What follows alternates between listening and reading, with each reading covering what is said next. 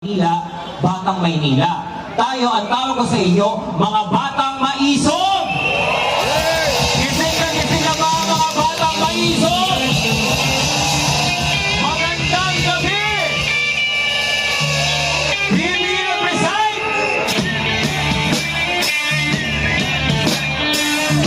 Bongo! Naririnig mo ba kami dyan sa Malacanang? Malakas na ang sigaw ng taong bayan. Maraming salamat po. Gusto ko lamang po itagal sa inyo ang issue po sa walang hiya pong ginawa nila sa ating pinakamamahal na Vice Presidente Inday Sara Duterte. Napanood niyo po ba yon sa Kongreso? Nakita niyo ang agila na sinakmal at tangkang sasakmalin ng mga buhaya. Bahala na ho kayo kung sinong buhaya ang gusto nyo i-imagine sa inyong mga sarili. Pero nandoon nakita natin na talagang kating-kating na silang tanggalin ang isang Inday Sara Duterte. Mga walang utang na loob. Noong panahon, noong kampanya, lahat sila naglilikuhod, lumuluhod sa Davao City para patakbuhin si Inday Sara Duterte, maging kaparis niya sa pagkapangulo. Tandang-tanda natin yon. Yung mga politiko ngayon tumatalima sa mga sinasabi nila noon, nakakampi nila si Inday Sara Duterte. Ngayon, mga masasakit ng salita ang kanilang mga sinasambit. Hindi natin kakalimutan yan. Ang itinaaho nila noon, nung sila daw pa ay Uni-Team o Uni-A. Ngayon, dahil kaaway na nila si Inday Sara, at sa September 20 po, pakitandaan nyo ang araw na yan. Pangalawang strike po yan na kanilang ulit babanatan si Inday Sara sa Kongreso. At ang gusto nila, zero budget daw.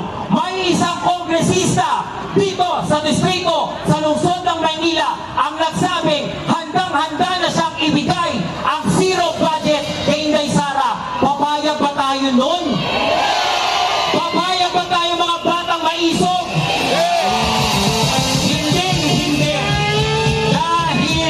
Nagtatrabaho lang naman ang OVP. Bakit po ba kayong kating-kate natanggalan ng pondo ang si Inday Sara at ang OVP? Ang OVP po ay isa sa pangalawang pinakamataas na ahensya ng ating pamahalaan. Dapat po dyan may courtesy. Dapat po dyan, kapag dinadala po sa Kongreso, sa Senado, ang pondo ng OVP, mabilis po nila yung ipinapasa. Kasi may courtesy pong tinatawag. Noon pa po yan, simula po na nakuha natin ang kalayaan noong 1986. Sinasabi ng mga pintihan, ng mga dilawan, si Lenny, ang bilis niyang nakuha ang kanyang pondo. Kaya nga po, may courtesy. Kahit araw-araw binabatikos ni Lenny si Rodrigo Roa Duterte, hindi inipin ni Duterte ang pondo ng OVP. Pero ngayon, kay Marcos, lahat ng pagpapahirap, pamamahiya. Kaya ako po'y nalulungkot at gusto ko pong humingi ng tawad sa sambayan ng Pilipino. Tayo po ang nagluklok kay Inday Sara Duterte.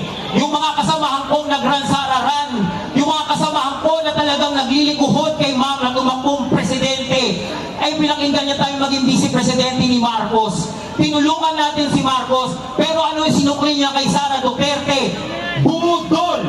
Budol, binudol ang bayan natin. Kaya yung pagkakawatak-watak po natin, isang tabi po natin. Hindi lang po ito usapang KOJC.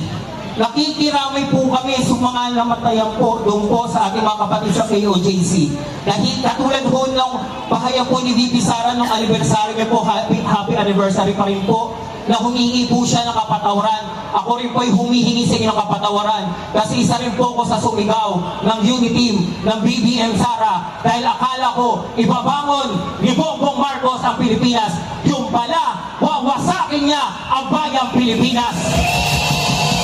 Sa mga malihit na Pilipino, huwag natin sayangin ang pagkakataong ito na huwag tayong husgahan ng ating mga apo na kapag tayo'y patay na, sasabihin nila, yung lolo ko, walang ginawa yan. Yung lola ko, walang ginawa yan. Hinayaan niyang magnakaw ang mga Marcos. Kaya ngayon, hirap na hirap pa rin kami sa buhay. Yung mga narito, ito ang tunay na bayani. Bayani para sa bayan. At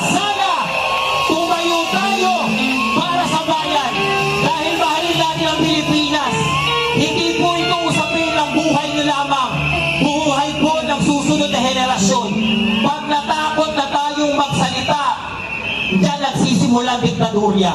Dahil kahit sa huling hininga ko, Bongbong Marcos at buong pamilya mo, sisigaw ako kahit mag-isa at sasabihin ko lahat ang kamalian na bakit ka namin nailagay sa Malacanang. Wala nang BBM, wala nang Marcos ang makakabalik sa palasyo ng Malacanang.